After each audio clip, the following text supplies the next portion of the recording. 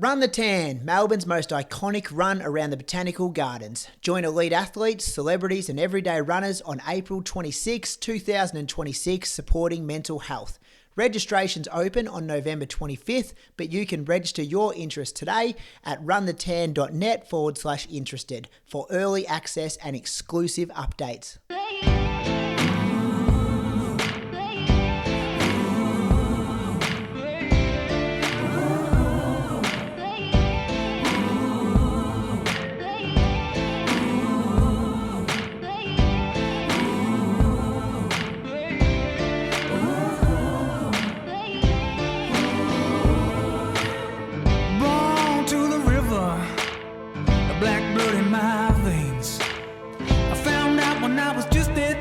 That your skin can bring you so much pain. Now I hear you say you got the best of both ways. Won't you come and take a walk in my shoes and tell me if you take my place? Undercover of my skin, I've heard all your names. If it's all the same, I'll keep on walking. This time last year, our guest was a professional cyclist. He competed at the 2020 Giro d'Italia and was a silver medalist at the 2022 Australian Road Cycling Champs. He has since retired from cycling to focus on a professional triathlon career, and last weekend he made the running community stand up and take notice after running 61:37 for his first ever half marathon in Valencia. A huge welcome to the Inside Running podcast, Jimmy Whelan. Cheers for having me on.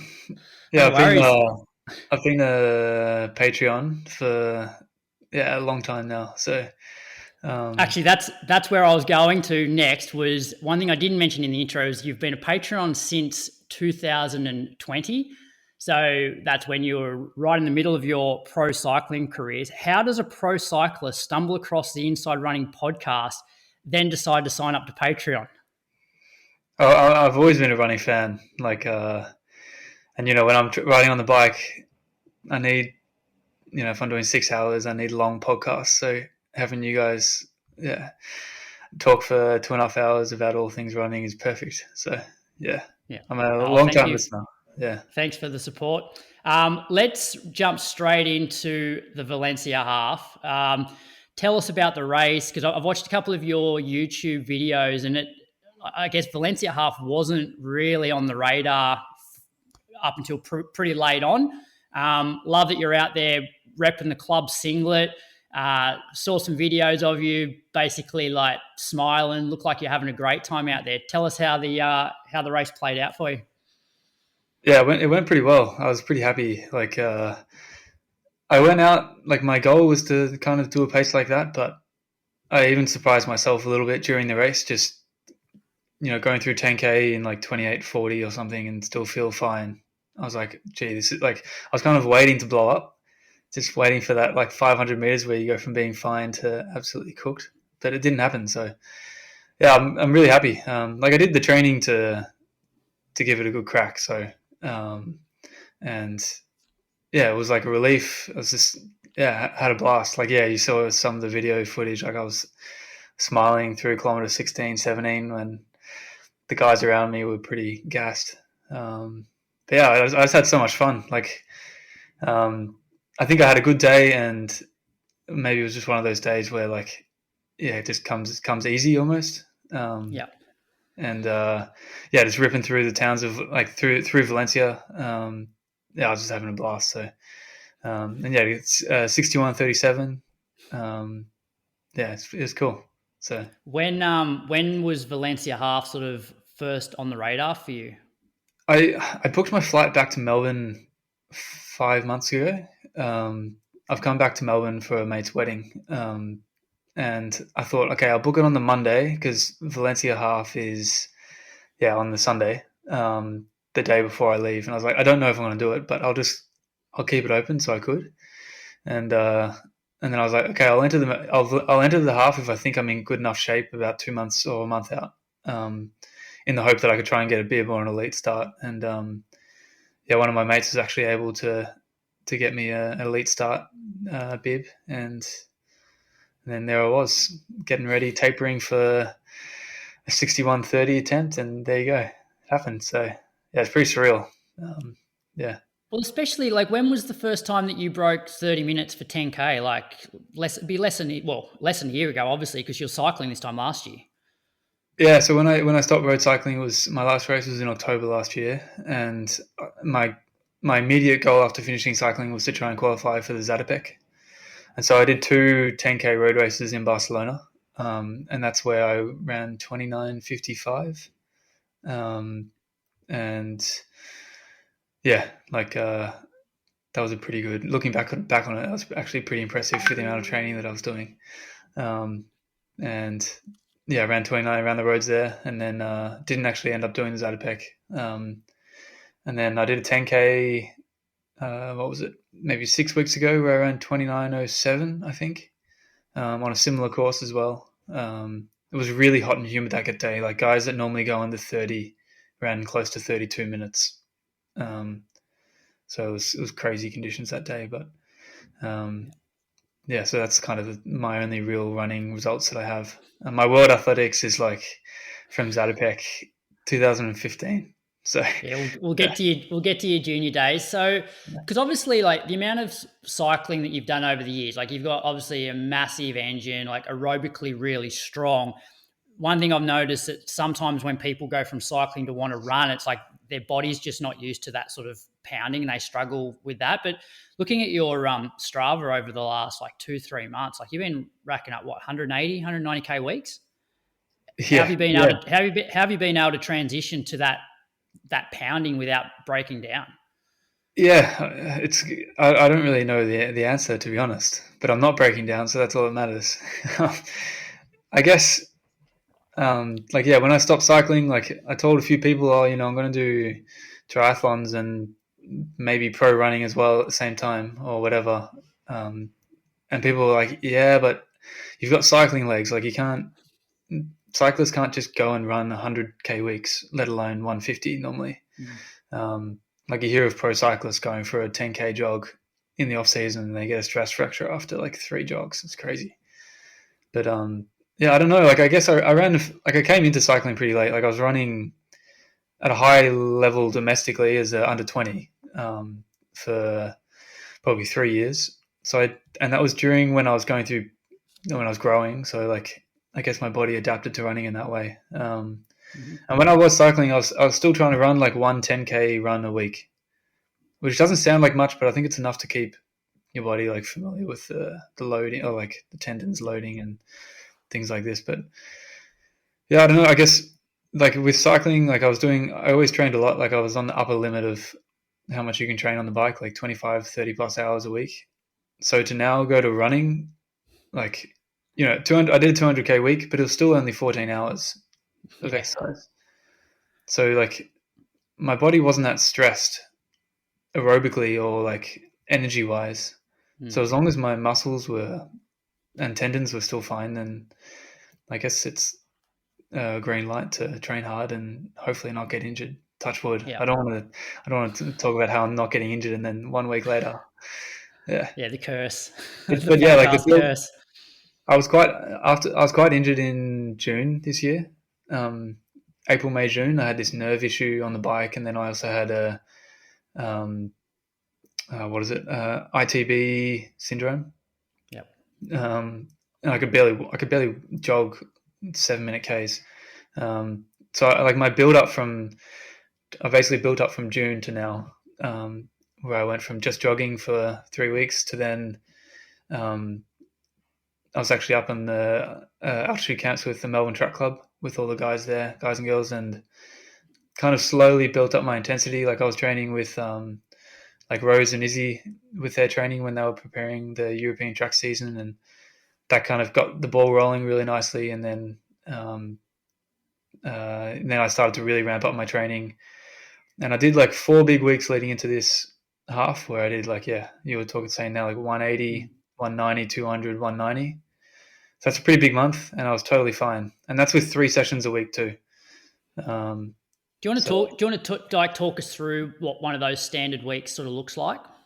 Yeah, I mean, first off, like this build up into these 3 weeks, like I was getting help with Collis He was doing some of my coaching, and then I was also doing, and then recently in this big block, I was still following the same Melbourne Track Club structure, where you have, like Tuesday track, Thursday threshold, Saturday hills kind of thing. And then double days, hour in the morning, half an hour, 40 minutes in the evening. One of those. Sometimes I do. Sometimes, depending on the week, I would do 2 sessions a week on the treadmill. And the reason why that is for convenience, and also I find that I can go full gas on the treadmill and really empty myself without being worried of getting injured. It's like less load on the body. But yeah, so basically my training week would be a pretty classic Australian model where Monday easy, double day, Tuesday track, and jog in the afternoon, Wednesday long run, medium long run. What's that for you? What's medium long run for you? It depends on how I felt, and I would always do a hilly. I try and do a hilly long run on a Wednesday morning just to get the body moving a bit differently. So I'd normally try and get like 20k, an hour and a half. But if I was a bit cooked, I'd do like 70 minutes. And then Thursday was threshold, like classic 3x12 staple. I'd sometimes play around with it, maybe do 4x10 or whatever. Yeah, it seemed like a year of 3x5k with 60 seconds recovery on the treadmill. Yeah, that's when I was ramping up in the half. So my build up before that was just 3x10 and then 3x12, and then that 4 week block I really ramped it up when my thresholds were a lot longer and a lot faster. Okay. So previous months my threshold was like 310s or 315s, and then recently it's gotten down to like sub 3 minute pace, I think. And then Friday was always just a bit of an easy day, just jogging morning and afternoon. And Saturday I got into the habit of doing hills, so like 700 meter hills, which is what the Melbourne Track Club was doing when I was up at altitude with them. And then Sunday long run. I don't do any super long runs. I think I only did one that was proper fast and hard, but it was only 2 hours. So normally I just try and do like 25k. I think if I want to build from that, I do need to start doing bigger long runs. But yeah, for the moment it's working. So yeah. And no cycling during this period at all because you're still sort of coming back from that injury? Yeah, I haven't touched the bike since June. Just I have sciatica in my left leg, and I've had the problem when I was on the road teams for like 5 years. Basically, you hit a climb, you do 5 minutes full gas to try and make a split, and then when I sit down to try and settle into threshold, my left leg, the nerve goes a bit numb, and then I have to ride zone 2. Super frustrating. And then it turns out also on the TT bike, because the hip angle is way less, like it's even more aggressive, the position with the lower back, it gets even worse. So yeah, I decided just to try and have some proper time off the bike to see if I can fix this nerve problem. And in the meantime, just enjoying my running, and so far so good. No swimming as well, just only running at the moment. So yeah, just to clarify that, because people have been wondering, is he riding as well? It's like, definitely not. Yeah, it's probably been. It's funny, like how this year's planned out for you, because obviously it was like triathlon, but then with the sort of that injury happening, you've been able to go all in on the running, and like if you had been able to ride and you didn't get injured, you probably wouldn't have run 61:30 for a half. No, yeah, I mean, like. Yeah, I was like I was super disappointed with the injury, and it's also an injury that I've been having for the last 5 years. So it's just that thing on my shoulder that's never left me. And then for it to now affect my triathlon, I was at first pretty frustrated. And I'd made a grand entrance into the triathlon scene, talking about how I want to try and do really well, and now I look like a bit of a fool now having this injury and not being able to even compete, to train, let alone compete. But then it's also allowed me to run, and to be honest, as an athlete, I've never been happier as well. Like I'm just like, absolutely loving running. I don't know. It's yeah, it's a lot of fun. So like I can be disappointed, but I'm also really happy about my current situation. And now running a fast half, it kind of confirms that I'm like I could try and do this full time. Yeah. Well, have you thought about sort of changing like track again and like going all in on the running and not so much the triathlon? Yeah, absolutely. Yeah. So I could just, I mean, essentially this triathlon game, I was like, I'll give myself a 2-year window from cycling to triathlon. And if I can't make something of it, then I'll move on and grow up and get a real job. But that being said, it's like you were running with the Olympic triathlon champion on the Yeah. weekend. Like, what he Yeah. beat you by a handful of seconds. Yeah. So you run as well as him. You would cycle better than him. Yeah. So like the triathlon is obviously a viable option as long as you can get your swim, up to a reasonable standard. What's the have you looked into the duathlon circuit in terms of can you make a living out of duathlon, or is it a bit too niche for you? It's too niche. One, I wouldn't enjoy it because like, yeah, it's just not what I'm interested in, and two, it's too small, I think. And yeah, so essentially now, like if I can run even faster again in the running, I think it makes sense to just basically take that 2-year window that I wanted with triathlon and to turn that into running. And we'll see how that goes. If it goes pear shape, I can always go back to triathlon. And like essentially just my swimming's not bad. I've just got to do more time in the water, which is challenging because I actually don't like swimming. I could do a 20K long run and feel like it's easy, but 500 meters in the pool, woof. Yeah. Well, let's maybe take a step back to your junior years, because often at the start of these interviews we go through people's PBs, but given most of your PBs were set on the weekend, like I guess your official 5K time was probably from the weekend. Like I know you've done some other 10Ks where I think you ran maybe around 14 minutes for the first 5K, but if we look at your splits from the weekend, so it's like 14:16 for 5K, 28:46 through 10, so that would have been a 10K PB for you, and obviously the 61:37. Shorter distance PBs, 3:51 for the 1500 as a junior.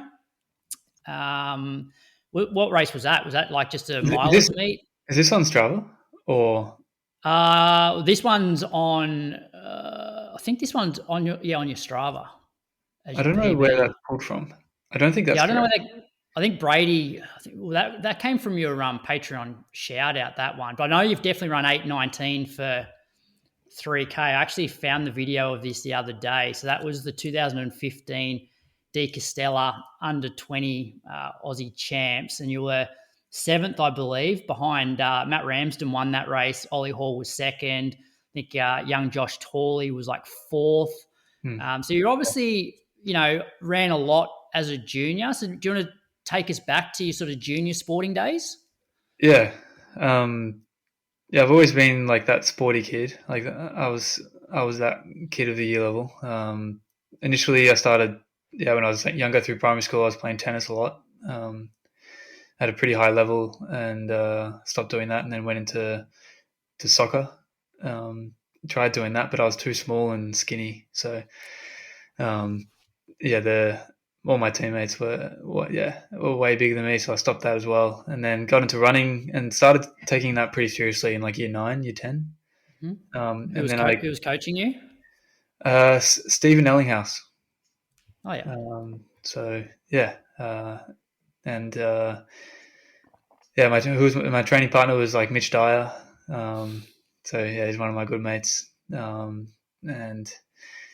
was kind of went through, like, started to grow when I was in year 10 and 11. And then in year 12, I was like kind of a bit taller, a bit stronger, and then started actually running fast enough to get excited about running at a state level. And won the APS. Like my first kind of big result for me personally was winning the 800 and 1500 meter APS titles.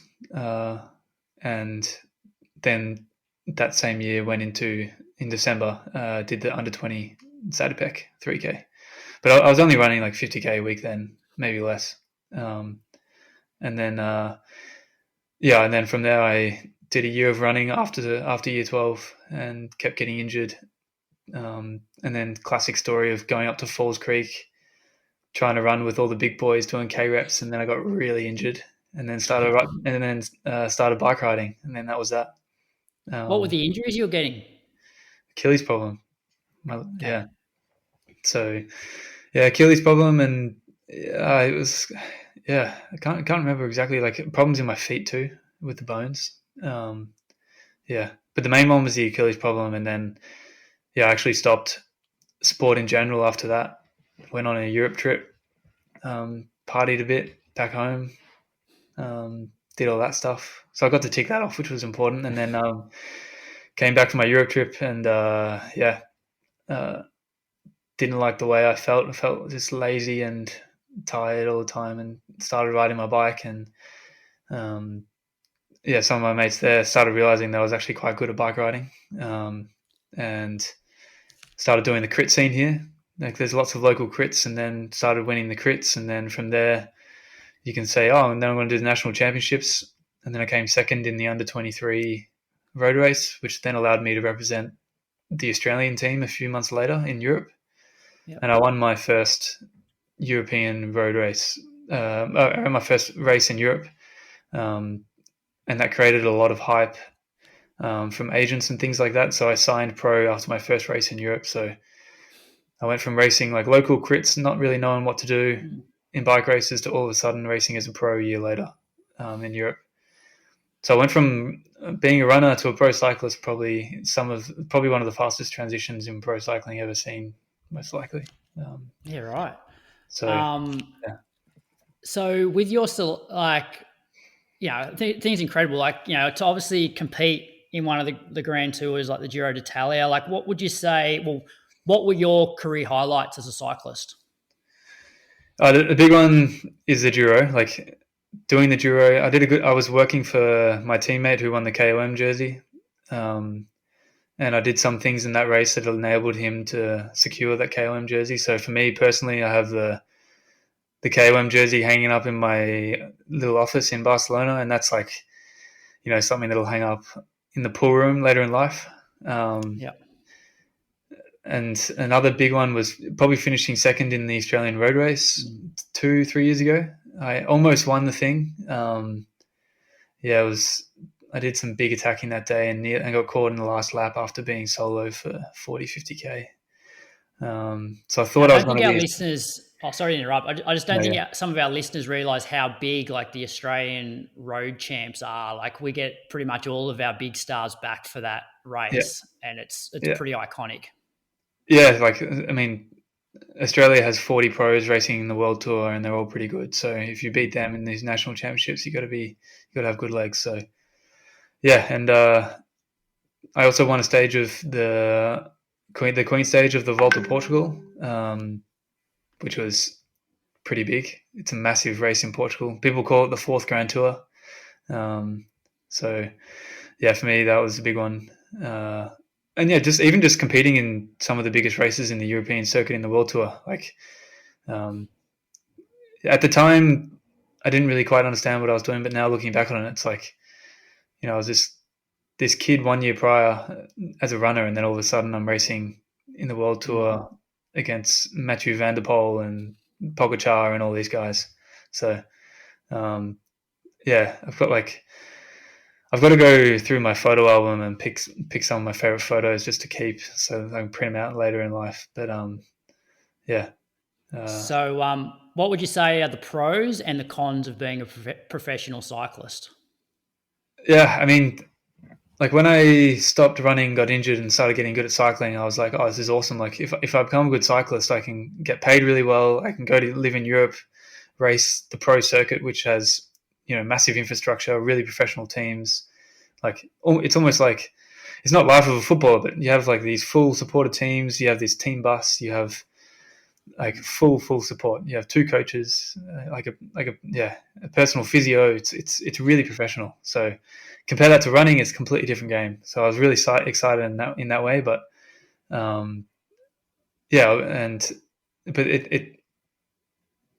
pro cycling is at the top level of the sport. It's really cutthroat. So you're always on your toes fighting for a contract.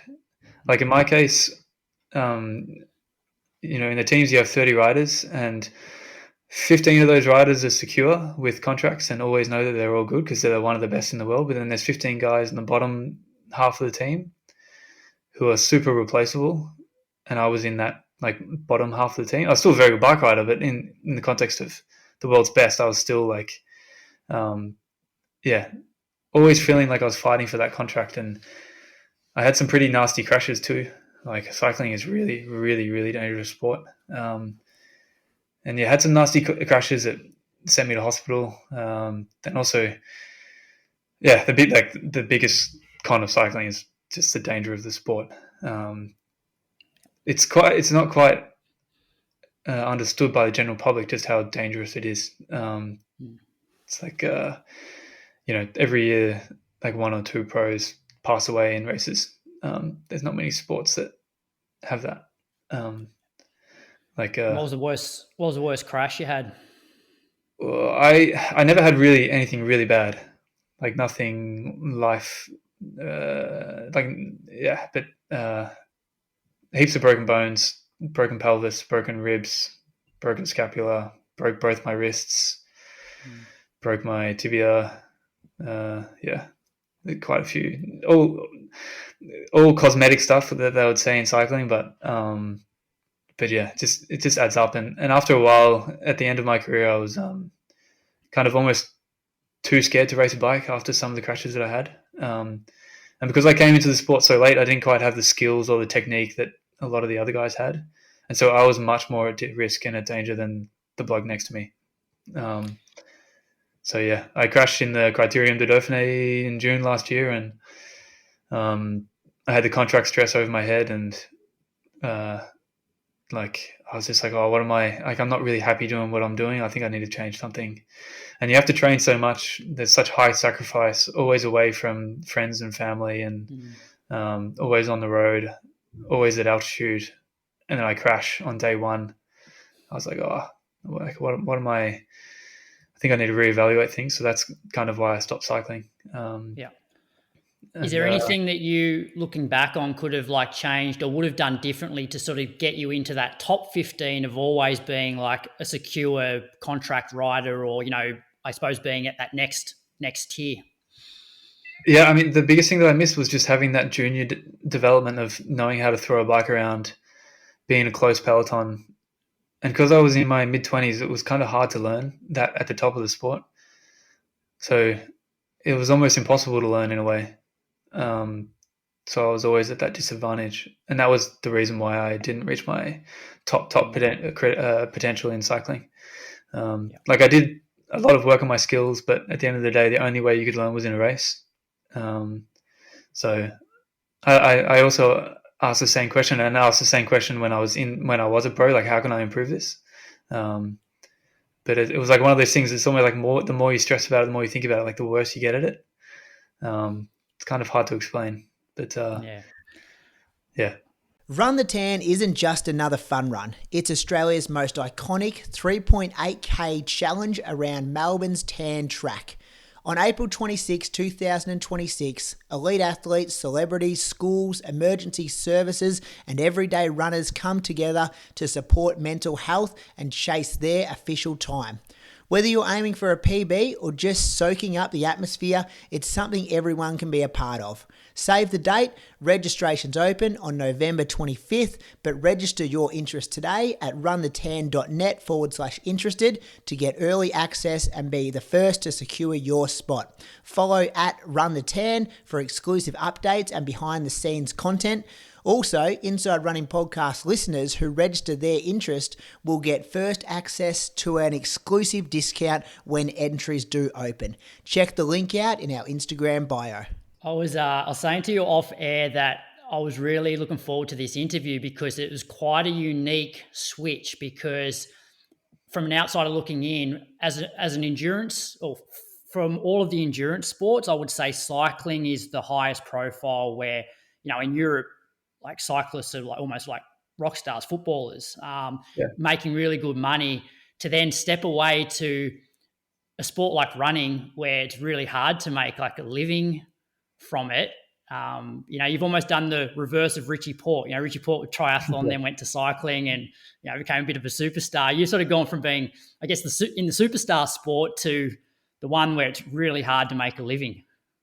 Yeah, no, you're right. Like when I finished cycling, I was like, okay, well, look, if I'm not happy where I'm at now, like what am I going to do? I was like, well, get another job, get a real job. But then I was like, I'm only 28, and I was like, but my body's still functioning perfectly. Like I could do triathlon or I could do running, and with my aerobic base that I've done through cycling, and just the fact that I'm still so fit and healthy and aerobically talented with an engine, like I can get a job later. I can get a job when I'm 35 or whatever.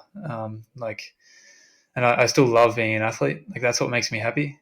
If I can create a situation where I'm getting paid enough to make a living and I love that living, then that's awesome. So that's what I'm trying to do now. And I'm lucky, like with pro cycling, like you get paid really well, and all I need to do was cover myself. So I got to save a lot of my money, and I didn't spend my money on a sports car like a lot of my teammates would. I just saved it. Smart man. So like that's where people are like, they look at me now and they think, like in triathlon, for example, with the sponsors that I got this year, it was enough to almost cover a few things, but I was still losing money. But then I've still got like a bit of cash and savings from my previous years as a pro cyclist, which I haven't put into buying a house or things like this. Like I'm just reinvesting that money into myself at the moment. So that's where people are like, well, how's this guy making a living? It's like, well, it's just stuff. Slowly burning through my savings. So when you announced you were moving across to triathlon, which sponsors were you able to get on board straight away? I was able to take a lot of the sponsors from my team that I was on last year, which was awesome. Like triathlon's still a really big industry, and a lot of it comes across from cycling to triathlon. So, and I was well connected with a lot of the people working in these companies, so I was able to do a bit of a pitch and talk about what I wanted to do, and they already knew me personally, so it was a bit easier to get them sponsored. But it wasn't anything like there was no sponsor giving significant money. It was just enough to cover my overhead, so rent and basically things like this. So unfortunately, my life in Spain isn't, and I don't have kids, so I don't have a high cost of living. But it was basically just enough to get sponsored to give it a crack for my first year and see if I could go from there. So yeah, okay, yeah. And changing sports, who's been sort of like your mentor or your coach, or who's been helping you navigate these new sports? Well, initially, when I decided to stop cycling and do triathlon, it was all under my own kind of idea and things like this. I didn't have anyone specifically in my corner. Like I had lots of people that I'd reach out to who are triathletes, being like, okay, do you think I can actually do this? Like, am I being like, I have a bit of a habit of being a dreamer, which is a good thing. But you can end up looking like a bit of a fool because you can fall short. But a lot of guys were like very supportive. They were like, oh, here's this contact. This is what you need to do. Yeah, it's not too complicated. But there wasn't anyone specific that would do everything for me. It was all done through myself. Like for example, Cam Worth helped a lot, just with questions here and there, and he was a good mentor over the last 6 months. But yeah, it was all through my own. More or less. Yeah. Yeah. And has the result from last weekend opened up any sponsorship, like from a running point of view? Has anyone reached out? Yeah, well, that's where it's interesting because, like, I've got the triathlon sponsors, and I've updated a lot of them, being like, this is my injury. This is what, like, I'm hoping I can sort it out soon, but for the moment I'm pretty quiet, and they're fine with that. And now if I do running, like, now I've got to work out, okay, how do I get sponsors on board? What sponsors can I get? And can I get a shoe deal, for example? And how all that stuff works. Like, I don't really know how the running world works, so I've been slowly working out how to do that. And since, like, I've got a bit of presence on social media, which helps, but I didn't want that to be the reason why I'm getting sponsored. I wanted it to get sponsored because I could run fast. And so the run on the weekend kind of verifies that I can be at that top level, which is really exciting. So yeah, now I've just got to try and find out if anyone's keen. I've had like a few marketing reps reach out to me, which is exciting. And yeah, hopefully I can be on some calls soon and see if brands can get on board, because yeah, like I'm not young anymore. I need to sort out my life like financially if I want to. Yeah. Like there's also like a like it's kind of a high cost of living being an athlete too. Like if you're always traveling and going to races and like altitude camps are expensive. So you kind of need to get people in your corner to be able to support doing what you do. Because if you want to be an elite athlete, there's lots of costs involved in order to try and chase elite times. Yeah. And will you do all these negotiations by yourself, or will you get someone like Nick Bedell or Collis to help out with the running side of things? I need because I've just flown back to Melbourne yesterday. So I did the race on Sunday, flew back to Melbourne on Monday, and I'm going to train with the guys tomorrow. So I'll speak to Collis about all that stuff and see what he thinks. But I've still got to compete here and show that like I can consistently perform. I think like it's all well and good to do one nice run, but like you need to back that up a few times before anyone goes and represents me and says, "Hey, this is Jimmy. He can run fast. You should back him." But I need to speak to an agent of some sort and sort that stuff out. But like I was training, as I said, in with the Melbourne Track Club and friends with all the guys there. So I can talk to them and see what they think.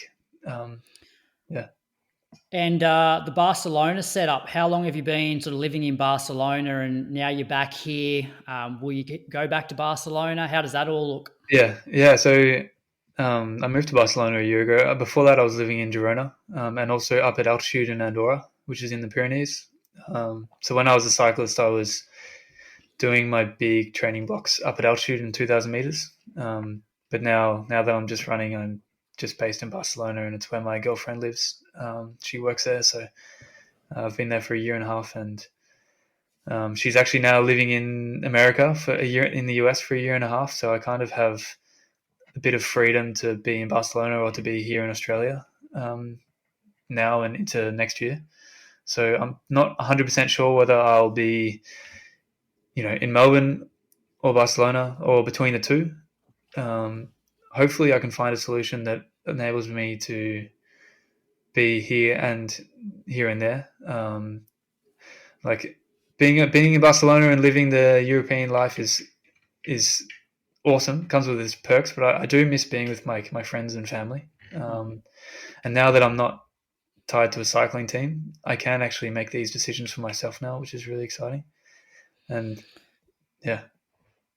I saw on one of your YouTube videos when you were doing K reps, wherever you do K reps, it looked very, very busy. And I saw one where you actually caught like a soccer ball and had to throw it away. Like, surely there's better places to train than that. Yeah. Well, yeah. So, I mean, a lot of people know this. Like in Barcelona, you have La Barceloneta, which is the beach there. And this was 3 weeks ago. It was actually one of my key sessions for the Barcelona half lead up, 8 by a K at VO2. So like a really hard 8 by a K with 1 minute rest at like 2:45s to 2:40s. And we chose, so the videographer who did the YouTube, he was like, "Oh, can we do it in the afternoon because it gets really nice lighting?" I was like, "Yeah, whatever, it'll be all right, it'll be all good."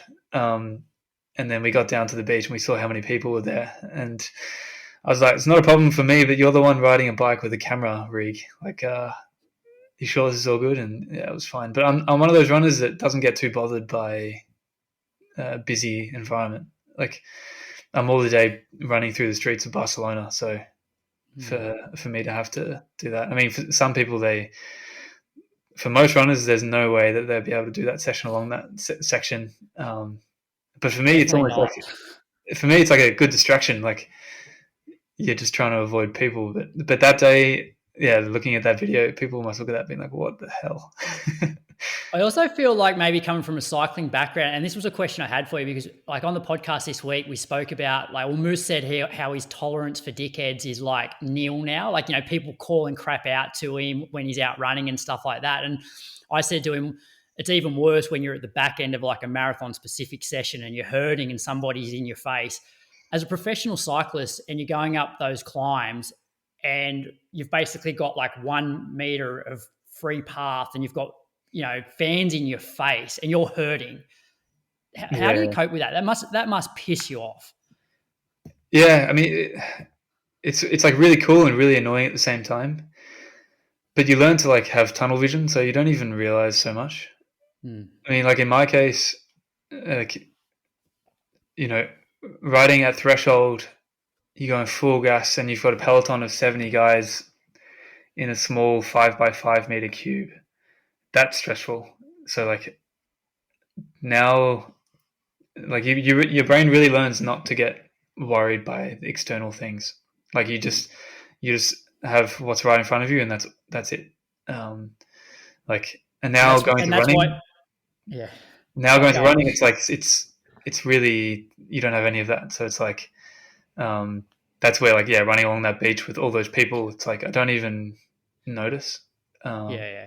And like most runners, because you've come from that cycling background with all of those other distractions and you've been able to like, you put them out of your mind, like most runners would really struggle with doing a session there. Yeah, no, yeah, 100%. But for me, it's like complete non-issue. Yeah. Yeah, right. What other questions do I have here? Oh, so what are your like interests sort of outside of sport? Like I noticed you do sort of your bit of YouTubing. You seem to be a bit creative with your photography. Do you have any other, like, do you have any qualifications? Did you study after school? I did, but I never finished my university degree. What were you studying? So I did uni full time for 2.5 years. I was studying urban planning at RMIT, the Bachelor of Urban and Regional Planning. I still have a 1.5 years left. Because I'm an elite athlete under the university program, I can defer that for 15 years, technically. 15 years. So that is still offline in the corner. I'm not sure if I'll ever go back to it. I should. But for the moment, I'm just like, I'm one of those guys that can do one thing really well, but as soon as I have to do two things at once, everything falls underneath me. So, yeah, I mean, ideally, I would have finished my university degree before I went to cycling, but pro cycling came to me so quickly that I had to drop everything and go into that. So, but yeah, I mean, outside of sport, like when I was cycling, all I could do was focus on cycling. I didn't really I was completely one-dimensional, which is fine, kind of. But now with running, like I actually have a lot more spare time. Like I'm only training 13, 14 hours a week. Not doing, an 80 race day calendar where I'm 150 days on the road. So now I've actually got time to be like, I can actually do some other stuff with my life, which is kind of nice. For the moment, I'm just enjoying having free time and like spending more time with friends or, as you said, like I also like leaning a bit into photography and stuff like this and playing around with that stuff, content. I hate that word, but it's like I've kind of enjoy creating videos and doing photos. Like when I run, I always take my phone, always. But yeah, getting into camera stuff is kind of my new hobby at the moment. And you're big into like Netflix and that sort of stuff? Watch TV shows? No, I don't. I don't watch any, like I'll have the TV on, but I'll be on my computer on the couch not watching the TV, just as a bit of background noise. Yeah. A couple of just random questions. Do you think it's easier for a good runner to transition to cycling or a good cyclist to transition to being a good runner? Physiologically, it's no different between the two. I mean, but the biggest difference is a runner going to cycling and learning the skills to race at the top level. in Europe. So you can, in the Australian context, you can go from a runner to a top domestic cyclist very quickly because you don't have technical roads or the big bunches that you do in Europe. So there's not a barrier there. And then going from cycling to a runner, you're probably just going to get injured because you can't do more than 80k weeks. But if there's someone thinking about doing it, if you give it a crack and you've got the engine for it, there's only one way to find out. So, yeah. And have you done much work on your technique? Because like when I mentioned, I sent you a message, like watching you in a pack on the weekend, like the guys that you're running with are obviously quality runners, but you almost look the best out of them in terms of the way that you moved. And years on the bike obviously has not impacted your biomechanics at all. Like, is that just natural? Yeah, it was. Yeah, I mean, like when I was, what was it? When I was in year 10 and year 12, like I was always a pretty smooth mover, but not as good. I wasn't as efficient as I am now. I don't know. Yeah, like basically for 8 years, I didn't do anything running. Like I would just jog slow. And yeah, I guess I'm just lucky. I've got this like ability to hit the ground nice. I'm also like naturally small framed, so that helps. Yeah, I'm like pretty skinny, I guess, so that helps with physics and bouncing off the ground. And especially the way I run too, like there's some, I've been playing around with the shoes, and there's some shoes that I hit the ground like bang on. What do they call it? Like a super responder. Yeah. And yeah, I don't know. I guess I'm just lucky. I just run nice, I guess. But I haven't done any. Like, there's been people in my DMs being like, "Oh, like, have you seen a technique coach?" But I mean, like, I do hill work. I do like drills where I focus like trying to be on my toes and hit the ground properly and activating my glutes and things like this. But nothing crazy or anything like that. Because you know how some cyclists that then like jump off the bike and try and run, they've spent so much time on the bike, it's like they sort of, their hamstrings are real tight and they sort of don't move quite well. It's obviously like had never been an issue for you at all. Yeah, most cyclists, if they start running, they look like they're still in a seat, like their hips aren't rotated forward enough. But yeah, I don't know the answer to that. I guess my mum was a really good runner when she was younger, so I guess I get it from that. But yeah. Speaking of like genetics, like obviously you've been tested a heap, like VO2 max test and all that on the bike. What were your numbers, and have you done a VO2 max test running? No, I actually every year for the last 10 years or 11 years, I've gone to the Alfred? No, the one that's near the tan.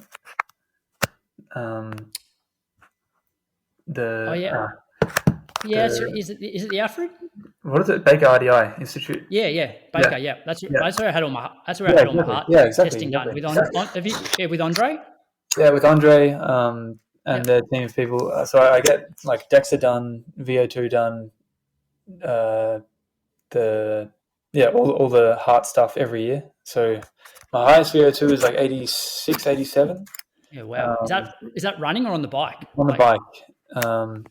But I think I actually need to send them a message to ask to book in to do one on the treadmill, because I think it'll be a lot higher because I'm also a bit lighter too. So, and with the full body workout, I think you can get a higher VO2 running. Yeah, wow. So yeah, I've done testing with him. So shout out to Andre. He's been making sure that my heart's healthy with all this crazy training that I do every year. Yeah. That explains a few things as to why you why you're running so fast with a VO2 like that, plus the fact that you're moving well. I have also recorded like in the peak of my off season where I'm eating terribly, not in good shape. I've also recorded like a 71, I think, or a 70. Yeah. So it can swing. The weight component. Yeah, exactly. A couple more questions, and I thought, given your background in cycling, some cycling tips for runners. So obviously, there's a lot of runners that listen to this podcast that are injured, and for an extended period of time, they have to jump on the bike. What are some of your tips so that cycling doesn't become such a grind? Is it like running, where it's just a matter of, like, with running, the long run is the key. Are there certain sessions you should be doing for runners? Like, what tips would you have for runners that have to be on the bike and want to improve? Yeah. I mean, the classic is like if you're a runner and you get injured easily and you have to offload some of that load to the bike so that you can't get that aerobic stress that you need every week. Like, that's the beauty of the bike. You can train the engine without damaging your legs in a way, like the tendons, and not getting injured. Take the load off. I mean, you've been riding the trainer a little bit, and riding on the Ergo and on Zwift or Whoosh, like, you can get really fit with that as a cross training. And yeah, like doing all your threshold work and even like high zone 3 work on the bike on the Ergo can be super good bang for buck work to then translate that into your running. Obviously, it's a case by case stuff. Like, some people respond different to different training, but if I was to easily get in, if I was to get, like, if my maximum capacity for Ks each week was 100K, I could easily do 2 sessions on the bike a week and still know that I'll have the same engine and possibly be just as fast on race day in a half marathon. But yeah, riding your bike on the trainer where you overheat and things like this is super good bang. Some of the best bang for buck training that you can get. It's hard on the head, and you need to like I used to do 4 or 5 hour training rides on the Ergo, and particularly during the lockdown. And so now, if I need to do like an hour on the treadmill, it seems very easy and not boring. Yeah. And do cycling sessions need to be longer than running sessions? So, like, most running sessions will be, in terms of quality of work, will be somewhere in that sort of 30 to 40 minutes. Yeah. Is that the same for cycling, or you need to extend that out to like 60 minutes worth of work? No, I mean, a lot of guys will just look at the pros in their training and think, oh, I need to do a minimum of 3 hours on the bike. But the only reason why the pros are training that much is because their event is 5 to 6 hours long. Like, if you're a runner that's training on the bike for a running race, all you need to do is do your workout. You don't need to do 2.5 hours on the bike. That's just going to drain you. Yeah. Well, on that, so Moose has this theory that, any run that's less than 20 minutes doesn't count as a run and there's no value to it. Is there a certain time? Is that an hour for cycling? Like, there's no point being on the bike for less than an hour if it's just an easy spin? Probably. I'll say 40 minutes. Okay. 40 minutes. I never upload anything on Strava under 5K. Yeah. Okay. So that's yeah. So what's coming up for you? What do we got? Either running races, triathlons. What's the plan over the next 6 months? Yeah. So I've flown back to Melbourne. Today's Wednesday, 29th of October. I fly to Noosa on Friday to do the Noosa Bolt. I've always wanted to do that race. It just looks like a good time. I'm actually going up there with a mate. It's kind of an excuse, 1, to do the race, and then 2, just to enjoy a little bit of a holiday. I'm kind of putting the pressure on to perform because this holiday has ended up being a lot more expensive than I thought. So I need to try and, I mean, I don't know if I can be in the money. There's some bloody good runners there on the weekend. But I reckon if you've travelled back okay and you've pulled up all right, I suppose the 5K is a little bit of a different beast. Like, you sort of not sort of sure where you are at the shorter distances. Particularly that one with the U-turns. But yeah, we'll see. I just want to enjoy a weekend there. I've always watched the live stream and thought, I'd love to do that. So going to give that a try. I'd be interested to find, what you think about it. Because coming from the pro cycling, where the atmosphere on some of those like street circuits would be absolutely amazing, I reckon Noosa Bolt's probably the best atmosphere that we have in this country from a distance running point of view, because you get all the triathletes out the day before they're competing and they're banging on the placards, bit like, you know, the cycling races, but it's the only road race in the country that's like that. Yeah. I mean, one thing that I'm really looking forward to over the next, if I'm in Melbourne for say 3 or 4 months, is just racing at home in front of my friends and family. Like racing a bike in these big races, you know, there's thousands and thousands of people, but I'm still not racing in front of my, you know, my mates. So I'm looking forward to like going to Noosa and getting amongst it with my friends. And then also doing the Zatopek in December, which will be a big one. I'm also thinking about entering the World Cross Trials on November 28th. 28th, I think. Yeah. I don't know. Yeah, I don't know how if I'm any good at hills and if I'm good on grass, but I'll do it anyway. I think just be good practice. Like that's proper racing. That is. It's not like you're not going for a time.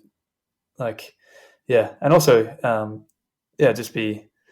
It's a cool course. It's on Stromlo, right? Yep, Stromlo. Yep. So it'd be like four laps of the 2.5K loop. Yeah. So. And would you go to World Cross if you qualified? For sure, 100%. It'd be awesome. Yeah. Wear the Australian singlet, like. Yeah. So speaking of Zatopek, somebody's thrown you under the bus here. I've got a bit of a message. I hope you don't mind. Go on. But somebody was driving around Albert Park with you in January this year, and they reckon that you said, "So Zato, December 25, J Wheels will be taking that crown," proceeding to say, "Jack who?" Don't be fooled by the nice guy. He backs himself. Any truth to that? I didn't say it exactly like that. I think I know this. I mean, I think I can. But do look, well. to be fair, like based on what you're doing, like you're in the mix. I mean, so there's very talented runners, and luckily Zatopek is in December when guys are maybe not going their best. So maybe if I'm on a good day, I could try and win. I mean, there's some bloody quick runners. But I mean, based off, I went through, what was it, 28:43 in Valencia. I think I could try and go for the win. I'm going to say I'm going to try and win until I don't. Like, I'm one of those guys. I'm not afraid to say I want to do this time or get this place. And I'm a full-time athlete, so it's like, I don't have a job, so like, when you're you got to have these expectations. You that guy is I don't know how I'll go, but I'll try and win the thing. Let's see. Nice. So no triathlons then in the near future. No, I'll give it a few more months until I touch the bike again and see if that nerve problem has come back. So this problem is quite common in amongst pro cyclists. This sciatic problem. Sometimes the only way to long-term kill it is to have 6 months cold turkey off the bike and come back and hopefully it's fixed. So, and then tie that in with the fact that I'm running fast right now and I need to lean into that. I really want to find out how fast I can run. And where my ceiling is. So like this half marathon that I did on Sunday, like my prep can be way better. I did no altitude training and I was training completely solo for a month. To now be back here in Melbourne, train with the crew again, with all the guys, maybe go up to altitude for Falls Creek, maybe come down for like Marugami in Feb for the half. Yep. We'll see. Exciting times ahead. Yeah, or maybe I just get injured. I don't know. No, let's not do that. Because then, if you can't ride, then you have to just go swimming. Oh yeah, that was. Jeez. Well, Jimmy, thank you so much for giving up. Like an hour of your Wednesday. Our listeners, I'm sure, will be looking forward to, I guess, tracking your fastly progressing career, whichever direction it takes. But all the best for Noosa, Zatopek, World Cross. Might see you in Canberra. Yeah, nice. Yeah, I might see you in what is it, November 20 something? 28th. On the Friday night. Yeah. So, no, cool. Very good. Thanks for the chat. Thanks, Jimmy. Run the Tan, Sunday, April 26, 2026. It's unique, it's iconic, it's local, and it supports mental health. Register your interest now at runthetan.net/interested for early access before entries open on November 25th.